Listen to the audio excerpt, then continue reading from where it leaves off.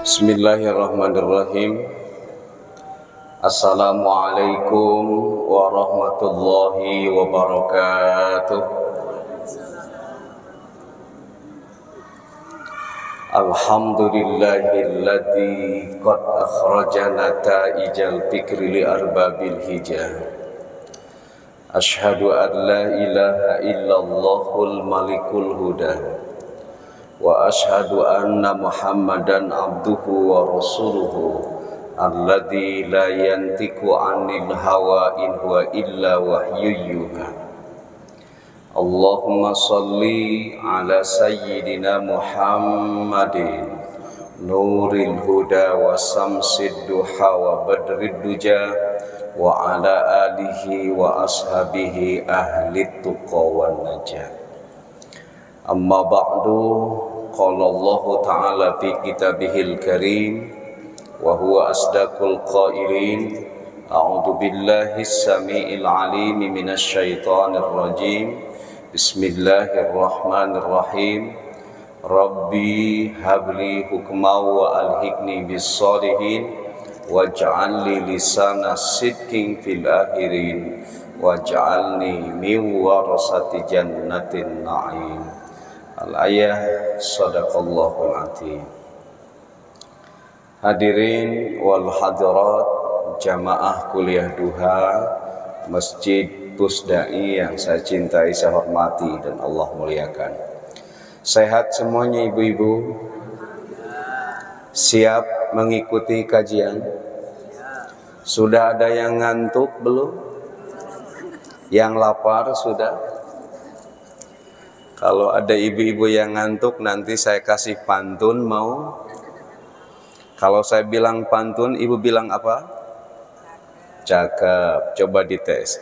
Baju batik dari Pasar Rebo. Kurang kompak. Baju batik dari Pasar Rebo. Ibu-ibu yang cantik, please deh jangan bobo. Insya Allah bobo tidak. Tapi mendengarkan kajian juga tidak. Tatapan matanya itu kosong melompong. Nah kalau ada ibu yang kayak gitu, nanti saya kasih pantun juga. Tong kosong nyaring bunyinya. Kurang kompak tuh udah ngantuk. Tong kosong nyaring bunyinya. Kalau hatimu kosong, boleh dong aku jadi isinya. Pret, kata ibu-ibu ya. Ibu-ibu, kita sama-sama bergembira pagi hari ini ya. Kajian ini jangan sedih. Insya Allah topik yang akan saya kaji pagi hari ini antara jelita dan lolita, refleksi tentang usia. Ibu, ada yang tahu jelita itu apa? Jelang 50 tahun. Yang lahir tahun 74 siapa sekarang? Tahun 74-an udah lewat ya. Berarti ibu mah bukan jelita tapi lolita, sudah lolos 50 tahun. Kita nanti coba akan ngelihat apa rekomendasi dari para ulama bagi kaum jelita dan lolita, apa saja nanti amal yang harus kita lakukan. Kita mulai. Sebagai sebuah pengantar, dalam hadis riwayat Muslim nomor 172, Rasulullah bersabda, salah satun, ada 3 golongan, la yukallimuhumullahu yaumal qiyamah. 3 golongan itu tidak akan diajak bicara oleh Allah di hari kiamat.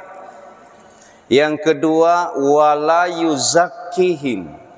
3 golongan itu pula tidak akan dibersihkan dosa-dosanya oleh Allah. Kemudian wala yanzuru ilaihim. 3 golongan itu pula tidak akan ditatap oleh rahmat Allah. Tidak akan ditatap oleh ampunan Allah. Walahum adzabun alimun. Bahkan untuk 3 golongan itu ia mendapatkan siksa yang sangat pedih dari Allah. Lalu siapakah 3 golongan itu? Pertama, syaikhun zanin, orang tua yang masih suka berzina. Ibu sudah tua belum? Halo, ibu-ibu tos tua? Atau masih ano? Nah, kalau sudah tua masih suka zina, itu nanti di akhirat tidak akan diajak bicara oleh Allah, tidak akan dibersihkan dosanya oleh Allah, dan tidak akan ditatap oleh rahmatnya Allah. Kalau peribahasa menyebut apa ibu? Tua-tua keladi, semakin tua semakin gatel, atau semakin tua semakin menjadi. Padahal apa? Atau juga jangan tua-tua keledai, semakin tua semakin lalai, semakin tua semakin abai. Sebaiknya ibu tuh apa? Tua-tua padi, semakin tua semakin mengabdi, semakin tua semakin berisi, semakin tua semakin taat, semakin tua semakin hebat, semakin tua semakin makrifat. Sejatinya usia tua seperti itu, bukan tua-tua keladi tadi. Semakin tua semakin doyan selfie, ya. Pami ibu-ibu mau kelihatan tua-tua kelingking, ibu-ibu sekarang mah semakin tua semakin glowing, ya. Atau tua-tua kelingking, semakin tua semakin good looking. Insya Allah ibu jamaah pusdaimah good looking semuanya, karena suaminya good rekening, ya. Kalau good rekening kan ada pengaruh pada tampilan, ya. Gitu. Bapak-bapak hoyong istrinya gelis, kada di modalan cenah tuh Pak, ya. Kasih skincare nu mahal ibu. Sepakat ya Bu ya? Ini mah istri pingin gelis, hari perawatan pakai tepung sajiku, ya. Cantik tidak kriuk, gitu ya. Oke, ibu-ibu, bapak-bapak, ternyata hati ibu-ibu itu seperti rekening bank. Dia itu akan berbunga ketika ada saldo, ya. Sepakat ibu-ibu? Sepakat. Maka kata ibu-ibu, suami yang baik itu adalah suami yang sedikit bicara, banyak transfer, Bu, ya. Oke, kembali biar tidak terlalu ngacapruk, ya. Jadi yang pertama, golongan yang tidak akan diajak bicara oleh Allah pada hari kiamat, tidak akan disucikan dosa-dosanya, tidak akan ditatap oleh rahmat Allah, syaikhun zanin, orang tua yang masih suka berzina. Yang kedua, wa malikun kadzabun, adalah penguasa yang gemar tebar pesona dengan modal dusta. Jadi penguasa yang suka berdusta, penguasa yang suka berbohong, rea omong, gede rahul, langkung saur, bahe carek, gitu ya. Hobina ngan ngawadul hungkul. Kata hadis ini, di akhirat nanti dia tidak akan diajak bicara oleh Allah, tidak akan disucikan dosa-dosanya oleh Allah, dan tidak akan ditatap oleh rahmat Allah. Dan golongan yang ketiga adalah wa'ailun mustakbirun, yakni orang miskin yang sombong. Miskin, sombong, ibu. Upami beunghar marada pantesnya banyak. Pantes si eta mah sombong kusabab beunghar. Pantes si eta mah sombong kusabab geulis. Ieu geus miskin, goreng patut, sombong, hirup deui. Ibu upami di kampung ibu aya jalmi sapertos kitu, omat ulah waka dikubur lamun can maot, ya. Nah, jalmi nu sapertos itu tadi di hari kiamat moal diajak bicara oleh Allah, tidak akan dibersihkan dari dosanya oleh Allah, dan juga tidak akan ditatap oleh rahmat Allah. Itu sebagai pengantar. Lalu ibu dan bapak sekalian, bagaimana sesungguhnya fase perjalanan hidup manusia itu? Dalam Quran surah Al-Mu'min ayat 67, yang bawa Quran bisa dilihat bersama-sama. Saur Gusti Allah, huwaladzi khalaqakum min turabin. Dialah Allah yang menciptakan kamu dari tanah. Kita itu ibu diciptakan ku Gusti Allah dari tanah. Punten, pertarosana tina tanah naon? Lamun ibu-ibu tukang pasea diciptakan dari tanah naon? Tanah sengketa. Pami ibu-ibu tukang balanja resep pisan jajan diciptakan dari tanah abang cenah geus arapaleun. Upami ibu-ibu nu sombong diciptakan dari tanah tinggi di Medan, ya. Upami ibu anu baperan teu payaan dari tanah urugan, ya. Insyaallah kumargi ahli ngaos isyadana diciptakan di tanah suci, amin ya rabbal alamin. Saya tidak tahu kita diciptakan dari tanah apa. Yang jelas kata ayat ini, huwallazi khalaqakum min turabin. Kalian itu diciptakan dari tanah, summa min nutfatin, kemudian menjadi nutfah, menjadi sperma, summa min alaqatin, kemudian menjadi segumpal darah, summa yukhrijukum tifla, kemudian kalian dikeluarkan menjadi seorang anak, summa litablughu asyuddakum, kemudian kalian dibiarkan hidup sampai dewasa, summa litakunu suyukha, kemudian kalian hidup sampai tua. Wa minkum may yutawaffa min qabl, dan sebagian atau di antara kamu ada yang diwafatkan sebelum fase-fase itu. Ada yang diwafatkan sebelum lahir, itu namanya apa, Bu? Bayi yang wafat sebelum lahir namanya keguguran. Ada yang diwafatkan baru lahir wafat. Aya nu diwafatkan masa remaja, aya nu diwafatkan sate acan nikah, aya nu diwafatkan parantos nikah. Walitablughu ajalam musamma, saur Gusti Allah, wala'allakum ta'qilun. Kalau ditarik pada konteks sosiologis, fase kehidupan manusia itu hiji bayi, dua anak, tiga remaja, empat nikah, lima berkeluarga, enam tua, tujuh wafat. Diulang, satu bayi, dua anak, tiga remaja, empat nikah, lima berkeluarga, enam tua, tujuh wafat. Ibu sudah berada di fase mana sekarang? Tua.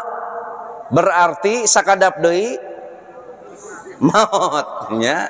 Alhamdulillah bicara maut masih bisa tertawa ini. Ibu-ibu, dari 7 fase tadi mana yang paling indah menurut ibu? Remaja. Kenapa remaja indah? Karena menuju di sekolah, ya, usia sekolah. Kenapa di sekolah itu indah, ibu? Oh, ada kisah kasih di sekolah. Masya Allah. Ibu, masa sekolah itu sepakat kita indah, karena menuju sekolah itu ada pelajaran favorit. Ibu gaduh pelajaran favorit ke Pungkur? Saya itu pelajaran favorit saya 3. 1 matematika, 2 fisika, 3 kimia. Itu kalau gurunya tidak hadir. Kita sepakat masa remaja itu begitu indah. Itu sudah kita lewati sekarang. Kita sudah naik nikah, sudah berkeluarga, aya nu janten aki-aki, nu janten nini-nini. Setelah itu tua. Bapak-bapak, upami parantos tua satingkat deui berarti wafat. Kange bapak-bapak saurna, upami ayeuna geus sepuh, hoyong panjang kene kawapat, kedah uih deui ka fase sebelumnya. Berkeluarga deui. Kau ibu-ibu mungkin dicakar ku ibu-ibu ya. Nah, itu fase perjalanan hidup kita itu sekarang sudah berada di terminal tua, berarti sebentar lagi kita wafat. Lalu pertanyaan berikutnya, ibu dan bapak, berapakah jatah usia kita? Saur Kangjeng Nabi di hadis riwayat Abu Hurairah, an Abi Hurairah radhiyallahu anhu qala Rasulullah sallallahu a'maru ummati, saur Gusti Rasul, usia umatku, yakni kita umat Islam, ma baina sittina antawis 60 wasabaina sampai dengan 70 tahun, wa aqalluhum mayyazuju dalika, dan sedikit yang melampaui batasan itu. Ibu-ibu, bapak-bapak, umat Kangjeng Nabi sanes, insyaallah umat Kangjeng Nabi. Saur Gusti Rasul, usia umat Kangjeng Nabi itu antawis 60 sampai dengan 70 tahun. Bahkan Kangjeng Rasul wafatna usia seberapa tahun, Ibu? 63 tahun. Ibu-ibu, aya nu parantos 60? Cung nu parantos 60? 65? 68 tahun 11 sasi? Upami parantos 68 tahun 11 sasi, tos tong seueur pantangan tuang sadayananya sakedap deui, Ibu. Ini batas usia kita. Jadi kalau ibu dan bapak sekarang sudah jelita, sudah jelang 50 tahun, bahkan sudah ada yang lolita lolos 50 tahun, berarti kita sedang berada di fase akhir kehidupan kita. Lalu pertanyaan berikutnya, ya, adakah umur itu bergaris lurus dengan manusia terbaik? Maksudnya apakah bertambahnya umur kita itu ada garis lurus dengan kualitas manusia terbaik? Suatu saat seorang sahabat bertanya pada Rasulullah, "Ya Rasulullah, ayyun nasi khairun?" Wahai Rasulullah, siapa manusia terbaik itu? Saur Gusti Rasul, mantola umuruhu, manusia terbaik itu adalah mereka yang panjang umurnya. Sepertos ibu dan bapak hari ini sudah jelang 50 tahun, mayoritas lolos 50 tahun, aya nu parantos 60 tahun, ada yang menjelang 70 tahun. Itu adalah manusia terbaik dengan syarat wahasuna amaluhu, bagus juga amalnya. Jadi manusia terbaik mereka yang panjang umur sekaligus bagus amalnya. Lalu sahabat pun bertanya, "Fa ayyun nasi syarrun?" Wahai Rasulullah, lalu siapakah manusia terburuk itu? Rasul menjawab dengan redaksi yang sama, mantola umuruhu, manusia terburuk itu adalah mereka yang panjang umurnya, jelang 50 tahun, lolita lolos 50 tahun, menyentuh angka 70 tahun. Itu adalah manusia terburuk kalau wasa'a amaluhu, kalau buruk amalnya. Mudah-mudahan ibu-ibu sekarang yang sudah menyentuh 60 dan 70 tahun itu bagus, saur Gusti Rasul. Itu bisa disertai dengan bagus amal kita. Amin ya robbal alamin. Sehingga kita bisa menjadi manusia yang terbaik. Ibu dan bapak sekalian, ketika usia kita jelang 50 tahun, bahkan bisa lolos 50 tahun, ada fakta apa dalam bertambahnya umur kita? Di Quran surah Yasin ayat 68, ibu-ibu sok ngawas Yasin. Cobi awas ayat 68 naon? Ibu bapak, ayat 68 surat Yasin naon? Wa man nu'ammirhu nunakkishu fil khalqi afala ya'qilun. Dan siapa saja, saur Gusti Allah, yang kami panjangkan umurnya, niscaya kami kembalikan dia kepada kejadiannya.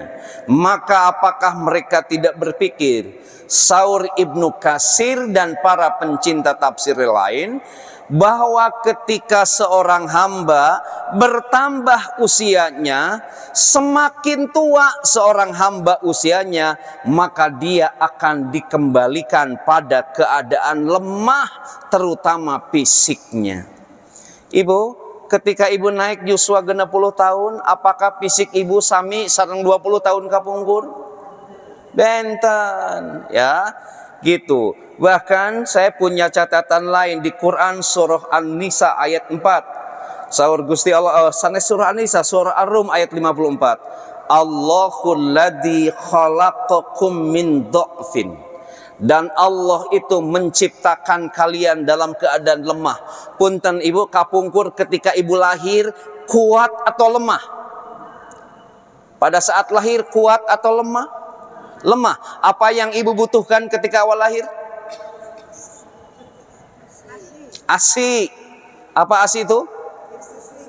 Air susu ibu. Itu kalau manggilna ibu. Kalau manggilna emak jantan? Asem. Air susu emak. Kalau manggilnya mama? Asma. Air susu mama. Kalau manggilnya umi? Asu. Air susu umi. Kalau manggilnya bunda? Asbun. Air susu bunda. Pokoknya pada saat ibu lahir, ibu lemah. Ada yang ibu butuhkan air susu ibu eksklusif. Maka 2 tahun sahur Gusti Allah, kalau bayi kita lahir kasih air susu ibu eksklusif. 2 tahun sahur Gusti Allah. Kalau tidak kuat 2 tahun, kata Imam Hanafi, potong masa kehamilan 9 bulan. 2 tahun dikurangi 9 bulan berapa lama ibu? 1 tahun 3 bulan. Ya, pereketkeun. Kasih ASI. Tapi upami teu aya ASI, kasih anak kita air mineral. Kenapa? Sebab ASI dan air mineral sumbernya sama dari pegunungan, ya. Eta mah heureuy bapak-bapak ya, mending serius pisan bapak-bapak. Oke, sahur Gusti Allah, Allahul ladzi khalaqakum min dha'fin, summa ja'ala min ba'di dha'fin quwwah. Setelah ibu lemah, kemudian Allah menjadikan ibu kuat. Lalu summa ja'ala min ba'di quwwatin dha'fan wa saibatan. Setelah ibu kuat, Allah akan menjadikan ibu dan bapak lemah kembali. Jadi semakin bertambah usia, maka akan semakin lemah diri kita. Bahkan wasaibatan, ibu dan bapak itu oleh Allah dikasih uban. Punten anu tos beruban? Mayoritasnya sadayana. Nah itu berarti kita sudah sangat lemah kalau sudah ada uban.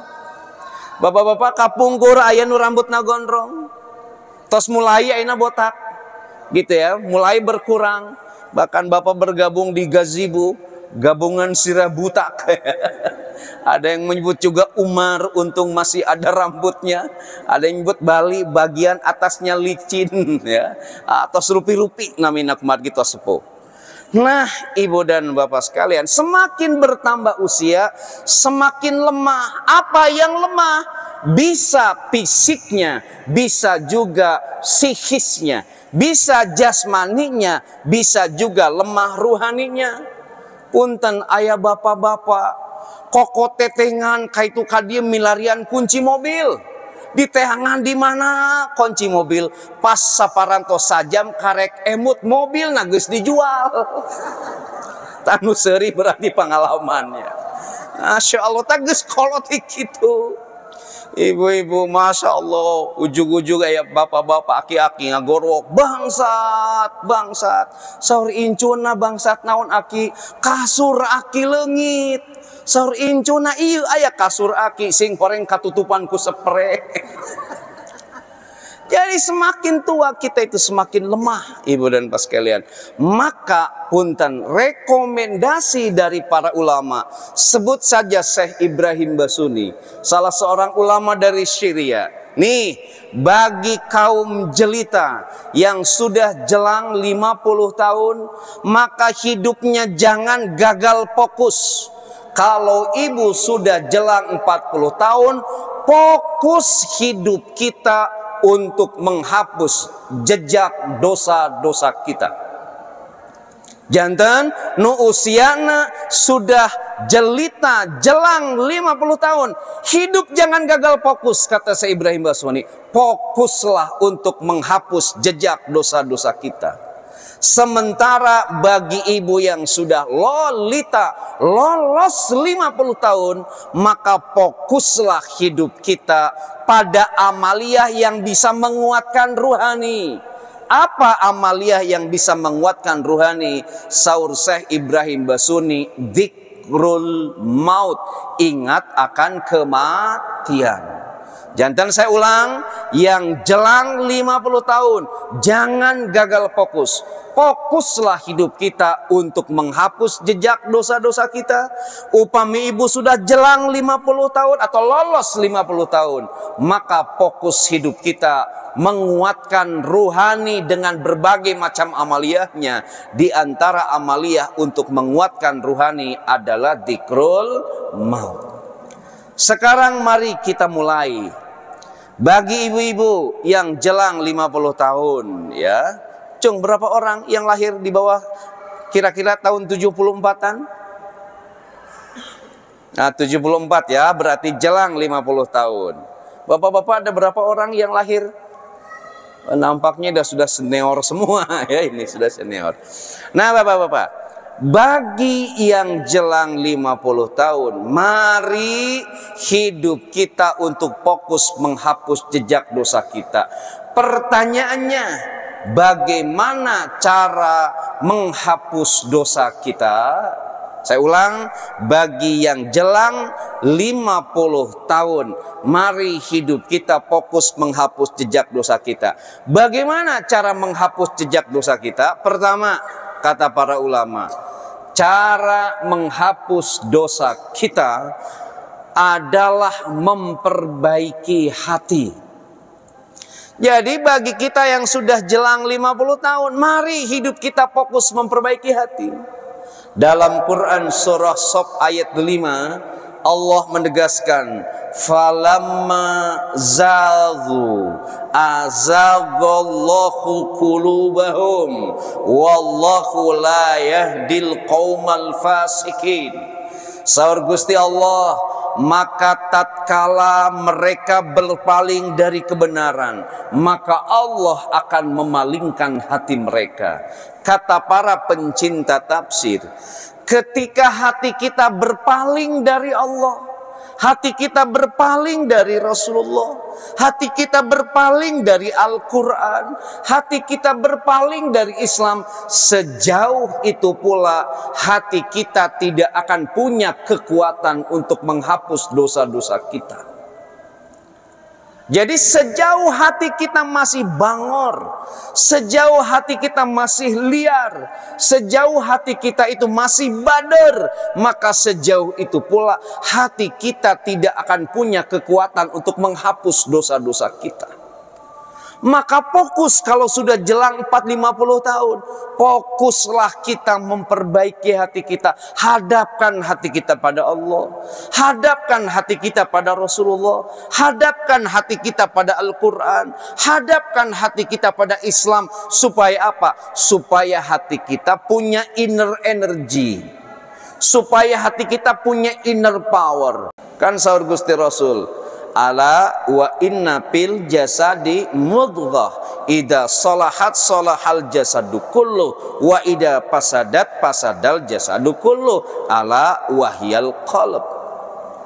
Bahwa pada diri kita itu ada segumpal daging. Bila segumpal daging itu baik, maka akan baiklah tubuh kita. Tapi kalau segumpal daging itu rusak, rusaklah hati kita. Apakah itu? Kata Rasulullah, ketahuilah itu adalah hati.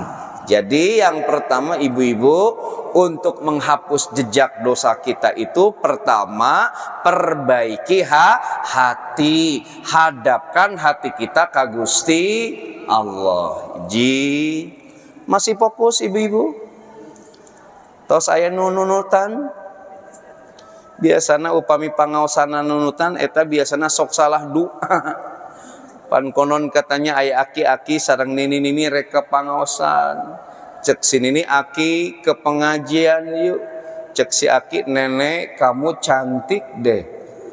Cek si nini cius ki cius, cek si nini. Cek si aki kasih ini, tapi nahan ini pakai bajunya kok belum disetrika. Cek si nini, aki puguh nini can make baju, sing horeng kulit nangara ringkel.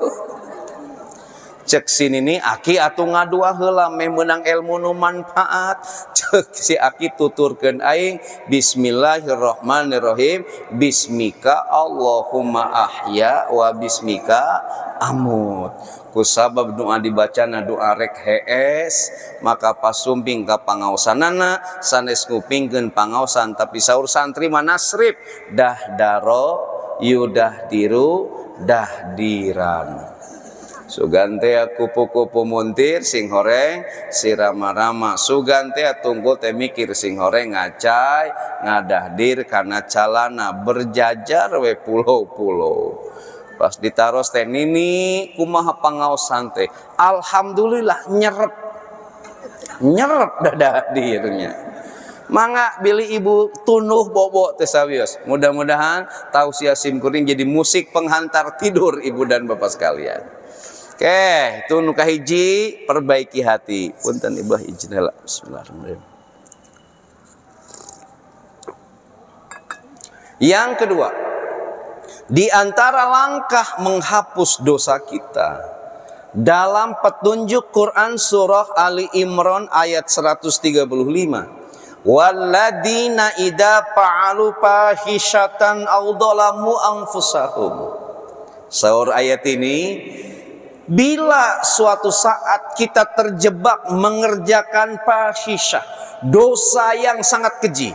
Jadi dosa tubuh ada dosa keji dan ada dosa yang tidak keji. Kenapa sebuah dosa disebut keji, berat? Itu karena dikerjakan bersama-sama.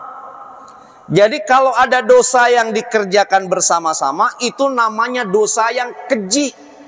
Punten, dosa yang dikerjakan bersama-sama contohnya apa ibu-ibu? Ibu-ibu gaduh dosa. Punten, kalau dosa yang suka dikerjakan bersama-sama apa contohnya? Gibah, Pak. Benten aktivisme apalnya. Gibah. Hati-hati, gibah itu disebut dosa yang keji karena dikerjakan bersama-sama. Punten, selain gibah naon deui ibu? Korupsi. Upami korupsi itu dikerjakan bersama-sama. Bersama-sama. Hati-hati, Masya Allah, di kita itu korupsi tumbuh laksana cendawan di musim hujan. Masya Allah, orang tidak malu lagi berbuat korupsi di kita ini. Kusabab gitu ulah ngambek kalau di rakyat jelata itu ada babasaan gening, the rich richer and the poor poorer. Yang kaya semakin kaya, yang miskin semakin miskin. Nu ngampar-ngampar, nu nabeh, nu lapar-lapar, nu sebeh. Jawa Barat, Jawa Timur, rakyatnya melarat, pemimpinnya subur makmur. Nah, cirata saguling jatiluhur, sabab nyata nu maraling teh nu dila luhur. Bandrek bajigur budak penek gede bujur teu nyambung eta mah. Jadi setiap dosa yang dikerjakan bersama-sama disebut fahisyah, dosa yang keji. Au dhalamu anfusahum, atau bapak ibu berbuat dosa pada diri sendiri. Nggak apa-apa ibu bapak, kita berbuat dosa.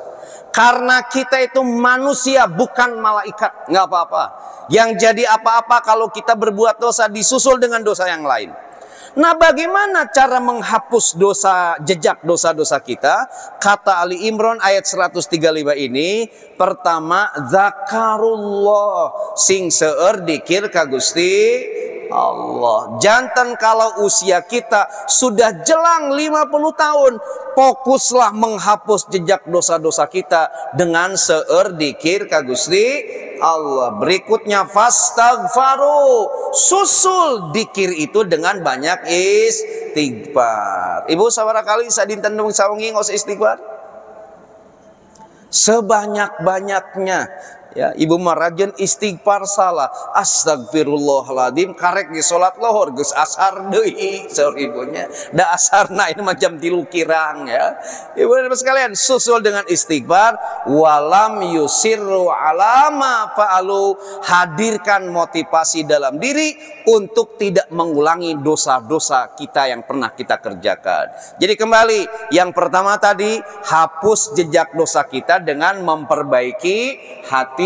Yang kedua, hapus jejak dosa kita dengan apa? Dzikir pada Allah, susul kuseur istighfar, serta bangun motivasi untuk tidak mengerjakan dosa lagi. Dua. Yang ketiga, kita percepat. Bagaimana cara menghapus jejak dosa yang pernah kita perbuat? Saur para ulama, kalau usia sudah jelang 50 tahun, produktif berbuat baik. Jadi upami jelang 50 tahun, sudahlah yang kita kerjakan itu hanya kebaikan. Pansar Gusti Allah di Quran surah Al-Mulk ayat 2 gimana? Alladzi khalaqal mauta wal hayata liyabluwakum ayyukum ahsanu amala. Allah menciptakan hidup dan mati adalah untuk menguji siapa di antara kita yang ahsanu amala, yang paling produktif dalam berbuat baik. Jadi ibu, tugas hidup kita ke dunia ini adalah berbuat baik. Punten, maka kalau ibu jadi ibu, jadilah ibu yang baik. Punten, mana ciri ibu yang baik? Saur bapak-bapak, ibu, ibu yang baik itu adalah ibu yang tidak suka jalan-jalan.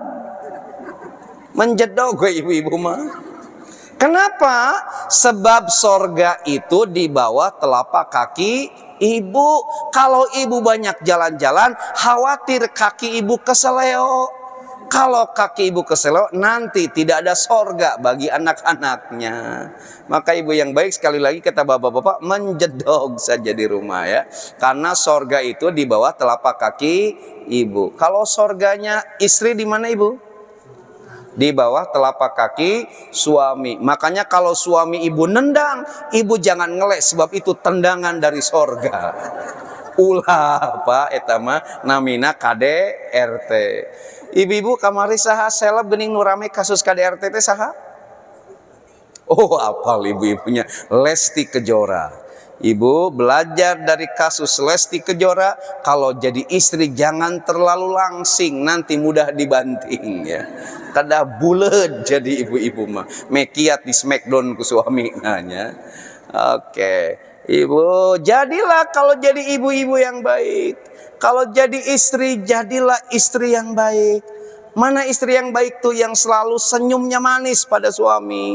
Ulah cek bapak-bapak, duh PKK, pamajikan kurang kerung, bimoli bibirnya monyong 50 cm, teu kitu berbi nya jeber nya kebi gitu ya. Ibu sing manis kalau ditetap oleh suami itu ya. Kalau jadi anak, jadilah anak yang baik. Mana tanda anak yang baik? Anak yang banyak berdoa untuk orang tuanya. Ibu kalau berdoa untuk orang tua di masjid, lain ngadoa di medsos gitu. Kenapa ibu harus berdoa di masjid, jangan di medsos? Sebab ibu dilahirkan bukan di download. Hari di medsos ngadoa kakolot, hari di masjid tara, itu bukan anak yang baik. Pokoknya pak, tugas hidup kita ini adalah berbuat baik. Lalu pertanyaannya, Ustadz, di mana korelasi antara berbuat baik dengan terhapusnya dosa-dosa kita? Jawabannya ada dalam Quran surah Hud ayat 114. Saur Gusti Allah, innal hasanati, sesungguhnya setiap perbuatan baik yang kita kerjakan, yudhibna sayyiati, itu bisa menghapus perbuatan-perbuatan buruk atau dosa-dosa yang pernah kita perbuat. Jadi kalau ada pertanyaan, bagaimana cara mentaubati dosa-dosa yang pernah kita kerjakan di masa lalu? Di antawis jawabannya, berbuat baiklah hari ini. Sebab setiap kebaikan yang kita kerjakan akan menghapus jejak dosa-dosa kita. Maka sekali lagi, jadi istri, jadilah istri yang baik. Jadi suami, suami yang baik. Jadi orang tua, jadi orang tua yang baik. Jadi tetangga, jadilah tetangga yang baik. Kalau jadi jamaah, jadilah jamaah yang baik. Kalau ngaji, ngajilah yang baik. Gitu ya. Ada enggak jamaah yang tidak baik? Pas sumping ke pangausan, sanes kupingkeun pangausan. Tapi update status. Sabios ibu, ya harus kita berbuat baik. Lalu berikutnya kita percepat, bagaimana langkah berikutnya untuk menghapus jejak dosa-dosa kita? Sahur para ulama, jaga kuantitas, jaga kualitas, dan jaga kontinuitas ibadah kita. Jadi menghapus jejak dosa kita, pertama jaga kuantitas ibadah kita.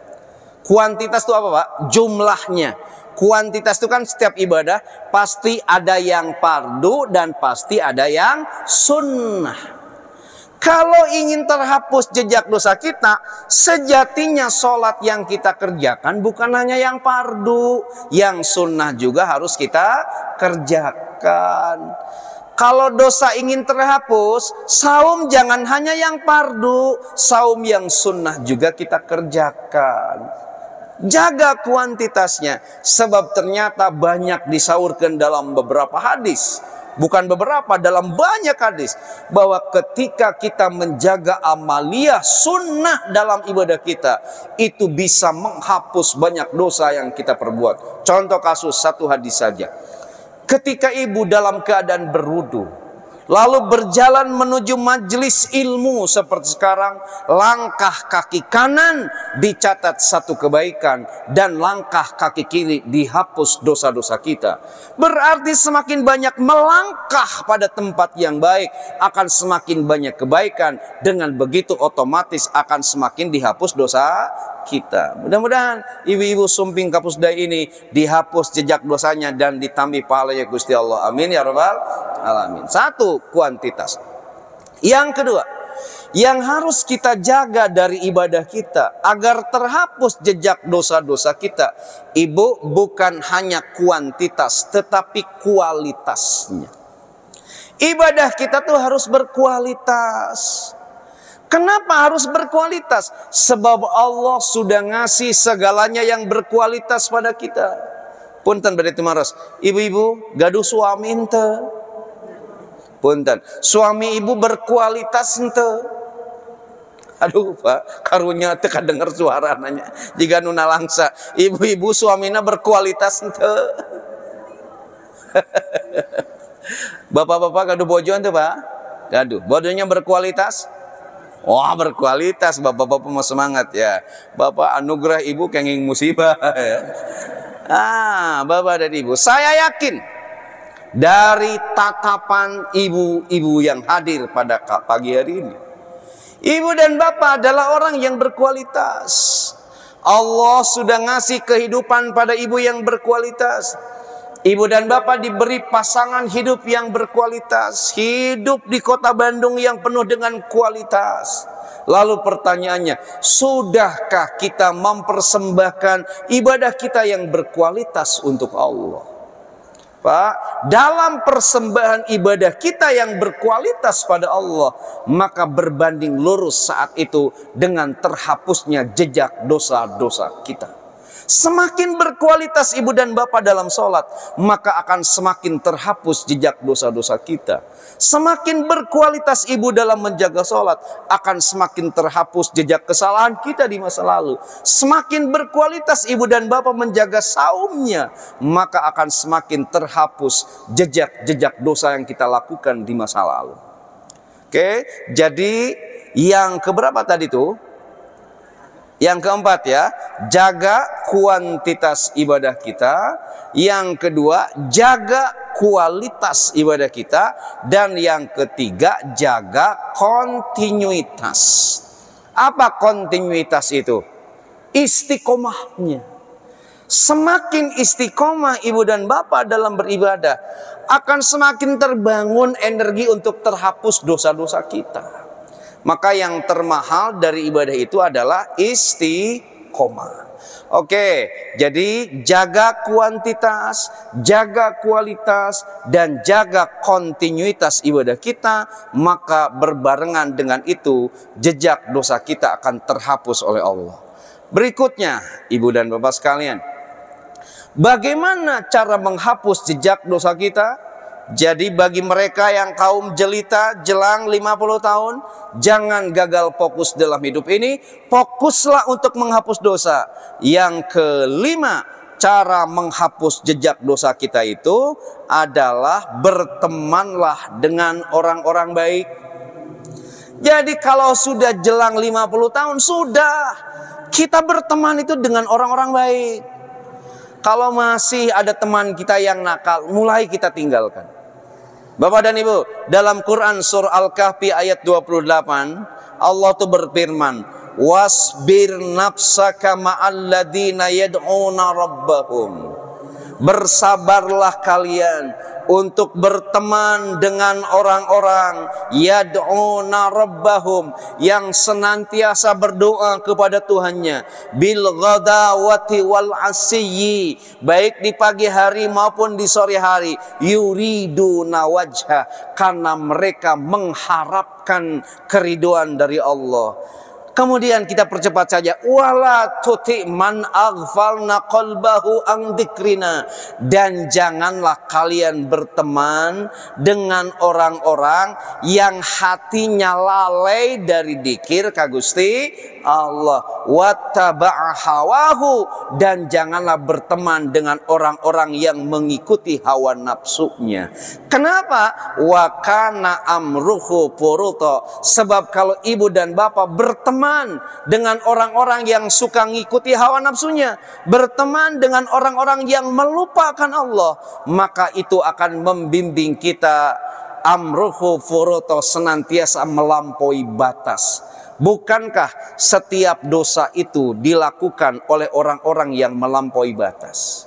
Maka saya sampaikan kembali, saya ulang, upami jelang 50 tahun, agar terhapus jejak dosa-dosa kita, mulailah pilih-pilih teman.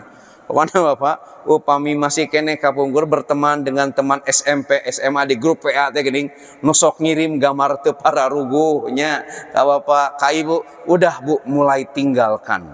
Sebab orang yang seperti itu bukan akan menghantarkan kita kuat menghapus jejak dosa kita, malah akan membimbing kita untuk terus berbuat dosa. Tapi tentu dengan catatan, wahjurhum hajran jamila, hijrahlah, pindahlah dari teman-teman kita yang seperti itu, tentu dengan cara yang cantik, dengan cara yang indah. Jangan kita benci, tapi jangan kita misalnya murkai, mulai perlahan kita tinggalkan. Syukur kalau teman kita bisa kita nasihati.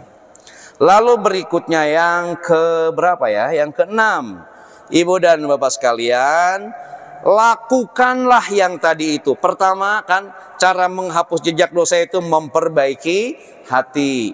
Yang kedua, zikir, istighfar, dan tidak akan mengulangi dosa lagi.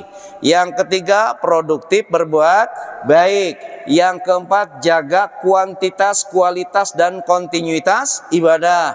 Yang keenam, berteman dengan orang baik. Nah, yang ketujuh, lakukan itu semua dengan optimis. Perbaiki hati dengan optimis.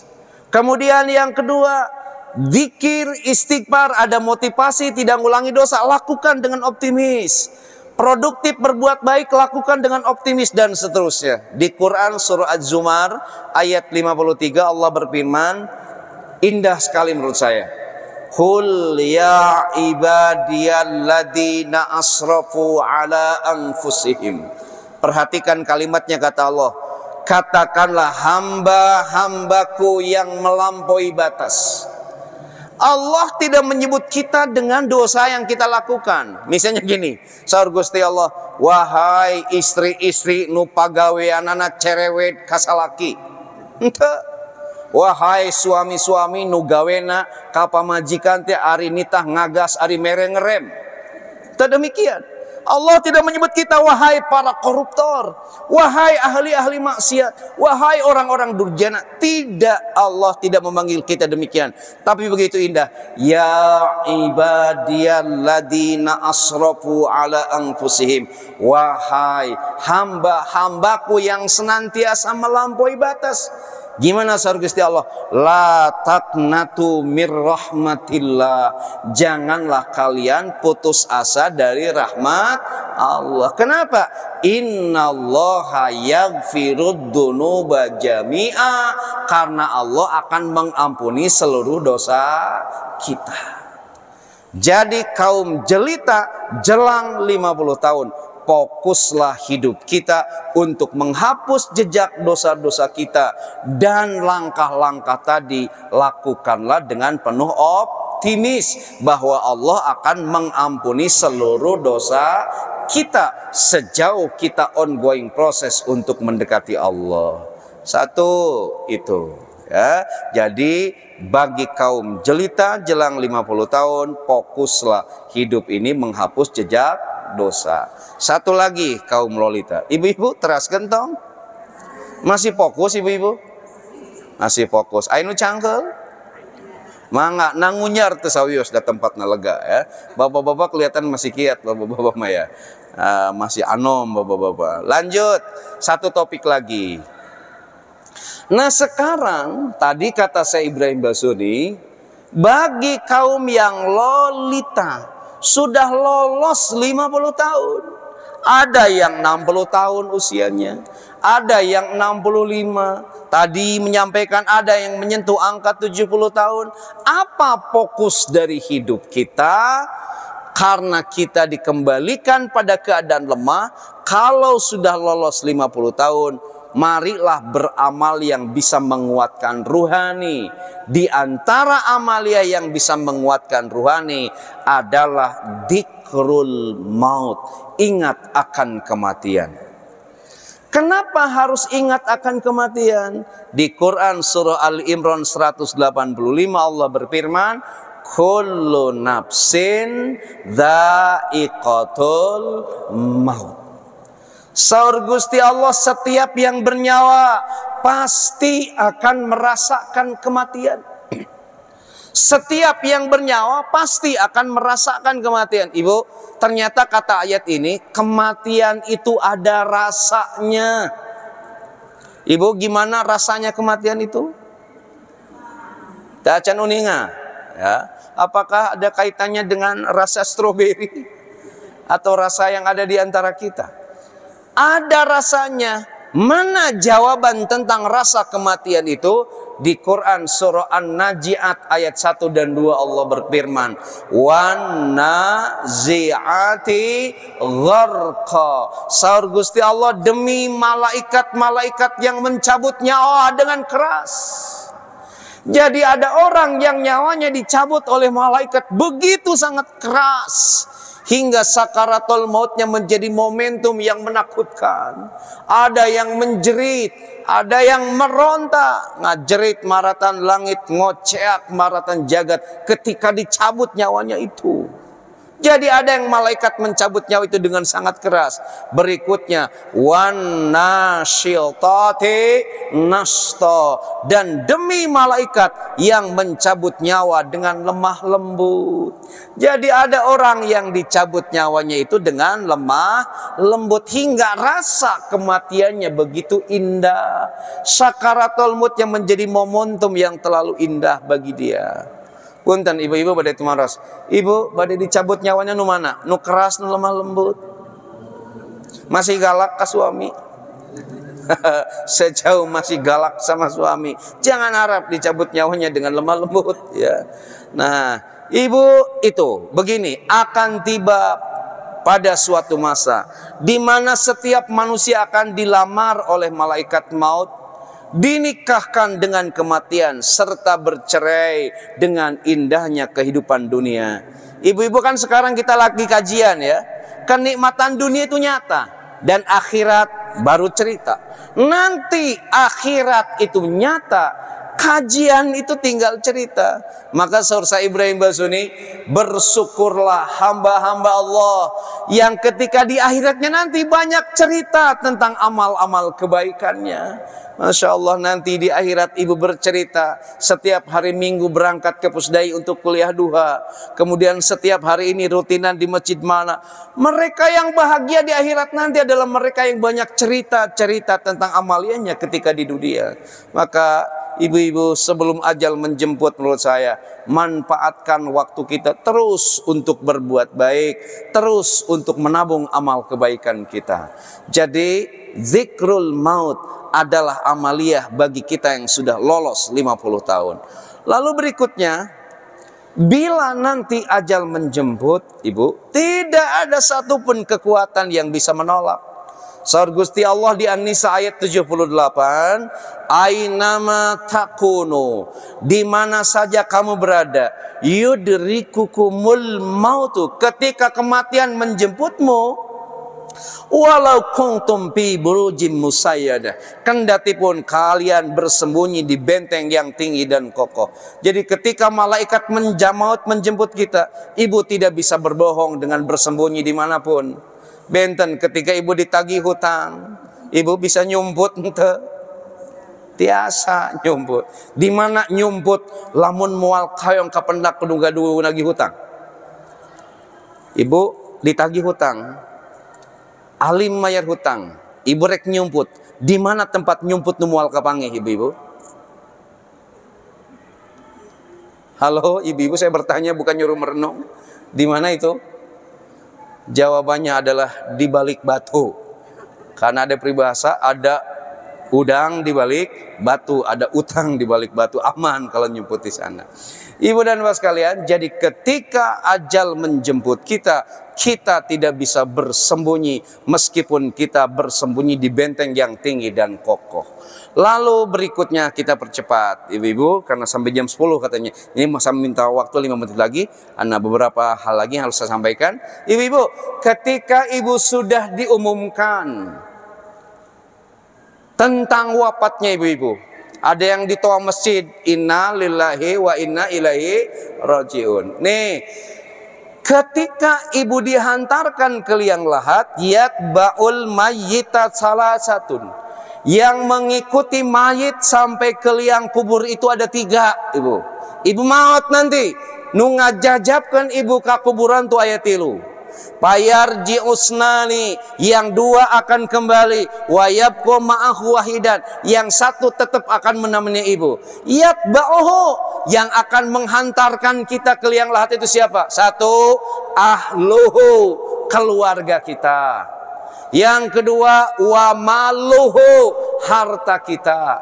Yang ketiga, wa amaluhu, amal kita. Sekali lagi saya ulang, nanti yang menghantarkan ibu ke kuburan itu ada 3. Siapa? 1, ahluhu, keluarga. Nu kedua, wa maluhu, harta. Yang ketiga, wa amaluhu, amal. Payarji'u, akan balik lagi, mual ikut ke liang lahat. Siapa? Ahluhu, keluarga itu akan balik lagi. Ibu secinta apapun suami pada ibu, kalau ibu sudah dikubur, mual ngiring dikubur. Leres tuh. Secinta apapun anak kita pada kita, setelah kita dikubur tidak akan ikut. Saya waktu dulu umi saya meninggal, adik saya si Ujang yang bungsu, ngamuk pak, nangis, alim pisan dipisahkan. Kusabab cerik wae saur simkuring, ngilu atuh maneh dikubur, teu kuateun bu sieuneun, balik lagi. Jadi secinta apapun keluarga itu akan balik lagi, ya. 1. Yang kedua, penghantar kita yang akan balik lagi siapa? Wa maluhu, harta kita. Ibu-ibu gaduh harta? Gaduh. Apa harta yang paling berharga bagi ibu? Bukan keluarga, tapi Tupperware. Ya, keluarga. Saya ke kampus bawa makanan, bawa bolu di Tupperware. Wih, nah wangsulna hilap deui ibu. Tupperware na teu kacana, kenging kuliah gratis sampai di rumah. Ayah nyahon tuh Tupperware teh mahal ya. Masya Allah, emak-emak zaman sekarang begitu brutal sama suami. Ibu-ibu, ibu suka berani ente ibu masang gas melon, regulator ke gas melon? Kenapa nggak berani? Sian meledak. Ibu sok nyuruh saha? Suami. Ibu nggak takut suaminya yang meledak? Tuh kan Pak, licik ya. Temasang sorangan sieun meledak, nyuruh suami teu sieun suamina meledak. Nih emak-emak zaman sekarang itu memang brutal. Sok saking ku brutalnya ibu-ibu sekarang, dibere ku Gusti Allah halis, dikurud terus dilukis deui. Sebrutal apapun bapak-bapak ngurud kumis teu aya nu dilukis deui. Nah, punya harta yang berharga. Ibu kupingkeun, harta ibu tidak akan ikut ke kuburan nanti. Sebut saja harta ibu perhiasan. Oh, ibu gaduh bling-bling ya, gelang keroncong tidi dugi ka dieu. Upami nuju muludan geuning kosidaan sok dipake ku ibu, perdamaian. Punten, kalau ibu maot perhiasan ibu itu untuk siapa? Bukan untuk anak, untuk ahli waris. Siapa ahli waris itu? Di antaranya suami. Ibu gaduh perhiasan, ibu maot, perhiasannya nanti untuk ahli waris, di antaranya suami. Ku suami ibu perhiasan ibu dijual, dipakai kawin deui. Jeung babaturan SMA nanti ya gini, nu aya di grup WA. Aduh, ibu-ibu ngadadak ngamuk ini. Perhiasan kita tidak akan ikut ke kuburan. Lalu siapa yang ikut ke kuburan nanti? Wa amaluhu wa yabqa amaluhu. Yang akan ikut kita ke kuburan itu adalah amal kita. Yang terakhir, nih yang terakhir. Apa amal yang akan menjadi teman terbaik kita di alam kematian nanti?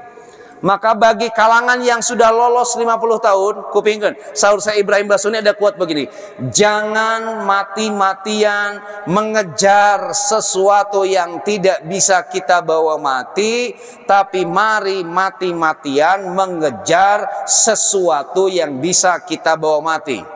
Coba diulang nih, saya sekali lagi. Jangan mati-matian mengejar sesuatu yang tidak bisa kita bawa mati, tapi mari mati-matian mengejar sesuatu yang bisa kita bawa. Lalu apa sesuatu yang bisa kita bawa mati? Dari Abu Hurairah, hadisnya sahih, tidak ada perdebatan di kalangan para muhaddisin. Hadis ini derajatnya sahih. Saur Gusti Rasul gini, inna mimma yalhaqul mu'mina min amalihi wa hasanatihi ba'da mautihi. Janten, di antara amal yang akan menjadi teman terbaik kita di alam kematian, satu, saur Gusti Rasul, ilman 'allamahu wa nasarahu, ilmu yang diajarkan dan disebarkan. Di sini ilmunya tentu bukan hanya ilmu agama. Ibu gaduh ilmu, misalnya punten, cara bikin resep makanan tertentu. Ku ibu diajarkan, ada orang yang ngambil manfaat hingga dari resep yang ibu ajarkan dia bisa berjualan. Karena bisa berjualan dia bisa menafkahi anak dan istrinya, terjalinlah kehidupannya. Ibu maut, meskipun ibu maut, ilmu yang diajarkan itu tetap akan menjadi teman terbaik di alam kematian. Apalagi kalau ilmu yang lain. Dua, wa waladan solihan tarokahu. Jadi amal yang akan menjadi teman terbaik kita di alam kematian adalah anak soleh yang kita tinggalkan. Putra putu ibu janten putra putu anu soleh. Ibu wafat aranjeuna teras ngadua kange ibu, itu doanya akan menjadi teman terbaik di alam kematian. Maka kalau mau mati-matian, mari kita didik anak-anak kita menjadi anak yang soleh. Yang ketiga, kita percepat, wa mushafan wa rosahu, mushaf Al-Quran yang kita wariskan, mushaf Al-Quran yang kita wakafkan. Punten, ibu, saya kalau ceramah ke kampung-kampung, singgah di masjid tertentu, lihat Quran sok ararawon, maka simkuring sok mekel, di mobil sekarang ada Quran. Jadi kalau mampir ke tempat tertentu, ada masjid tertentu Qurannya awon, disimpan ku simkuring Quran alus. Gitu. Sebab saur Gusti Rasul, Ibu maut, tapi ibu kantos ngawariskan mushaf Al-Quran. Mushaf Al-Qurannya diaos, diaji ke orang-orang. Maka meskipun ibu wafat, itu pahalanya akan ngalir sampai ke alam kematian. 3, yang keempat, au masjidan banahu, masjid yang kita bangun. Definisi masjid tentu tidaklah semewah ini. Ibu berpartisipasi gaduh rizki, ngiring kange ngabangun masjid. Di masjidnya diangge kajian, masjidnya dianggo ibadah. Meski ibu maut, pahalana akan sampai ke alam kematian. Maka ulah kopet, merepet, cap, jahe, keket, mengkene, merege, hese, buntut, kasiran, melem oncom wae diajiran. Ayah panitia di masjid menyanak sirkulir, sahur ibu ke bade istihoro heula. Mual menang pahala anu kitu manya. Nah, jantan masjid berpartisipasi ibu dalam bangun masjid. Yang kelima, au baitan libnis sabil banahu, saur Gusti Rasul, rumah bagi ibnu sabil, rumah singgah bagi musafir yang ibu bangun. Ibu bikin guest house. Contoh, suatu saat dalam perjalanan safari dakwah saya ke Padang, waktu itu ingat bersama Ustadz Dedi dan Ustadz Wijayanto, ibu dan pas kalian, kita mau nginep, nyari tempat penginapan di samping masjid. Asik, kata kita, ada penginapan samping masjid.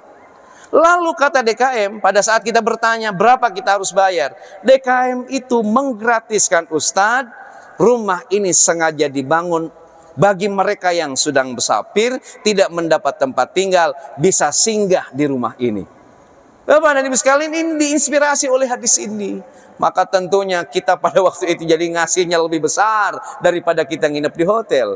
Karena kita merasa apa yang kita dakwahkan dipraktikkan oleh penduduk itu. Jadi ibu membangun rumah untuk ibu sabil yang sedang berada dalam perjalanan, atau rumah singgah bagi mereka yang tunawisma, meskipun ibu maut, pahalanya akan sampai di akhirat nanti. Yang terakhir, ibu-ibu sekalian, au nahron ajrohu, sungai atau sumber air atau sumur yang ibu alirkan. Ibu bikin pompa, ibu bikin sumur bagi orang yang kekurangan air.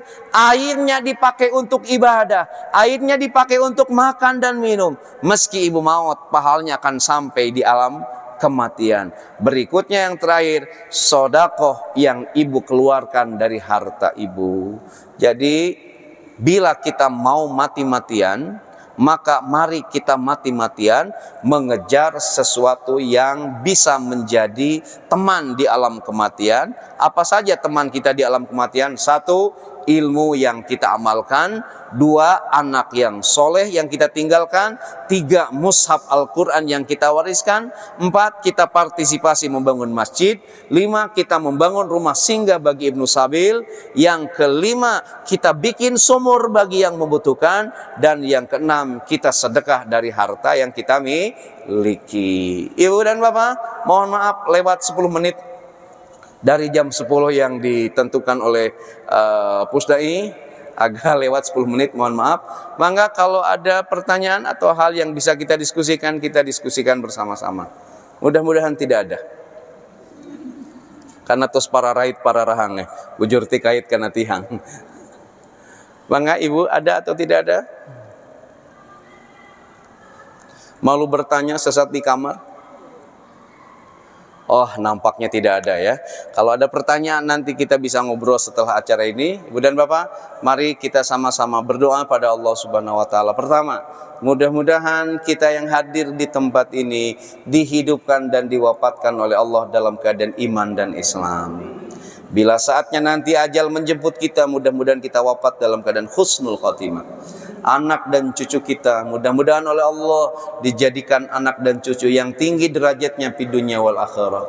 Kemudian siapapun yang telah wafat, wabil khusus orang tua kita, mudah-mudahan di alam kuburnya diselimuti oleh kasih sayang Allah Subhanahu wa taala, dan mudah-mudahan kelak kita tidak hanya kumpul di tempat ini tapi bisa kumpul di surga Allah Subhanahu wa taala. Allahumma shalli wa sallim ala sayidina wa habibina wa syafi'ina wa maulana Muhammad wa sallim wa radiyallahu tabaraka ta'ala kulli sadatina sabi rasulillahi ajma'in. Alhamdulillahi rabbil alamin.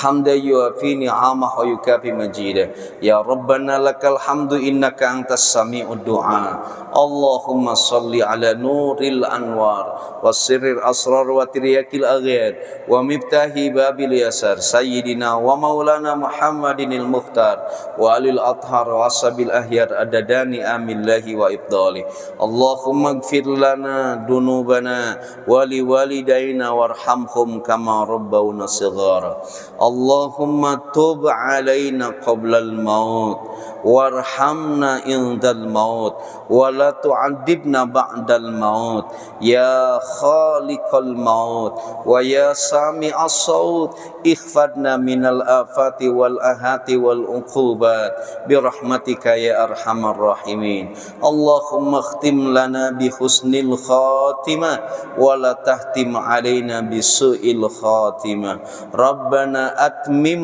لنا نورنا واغفر لنا إنك على كل شيء قدير ربنا آتنا في الدنيا حسنة وفي الآخرة حسنة وقنا عذاب النار وصلى الله على سيدنا محمد وعلى آله وصحبه أجمعين سبحان ربك رب العزة عما يصفون وسلام على المرسلين والحمد لله رب العالمين نسألك الإجابة الفاتحة أعوذ بالله من الشيطان الرجيم بسم الله الرحمن الرحيم الحمد لله رب العالمين الرحمن الرحيم مالك يوم الدين إياك نعبد وإياك نستعين اهدنا الصراط المستقيم صراط الذين أنعمت عليهم غير المغضوب عليهم ولا الضالين. Terima kasih atas segala perhatian. Mohon maaf atas segala kekurangan. Wallahu waliyut taufiq wal hidayah. Assalamualaikum warahmatullahi wabarakatuh. Alhamdulillah. Inilah yang dapat kami sampaikan. Mohon maaf bila ada kurang dan lebihnya, dan mudah-mudahan ini bermanfaat. Assalamualaikum warahmatullahi wabarakatuh.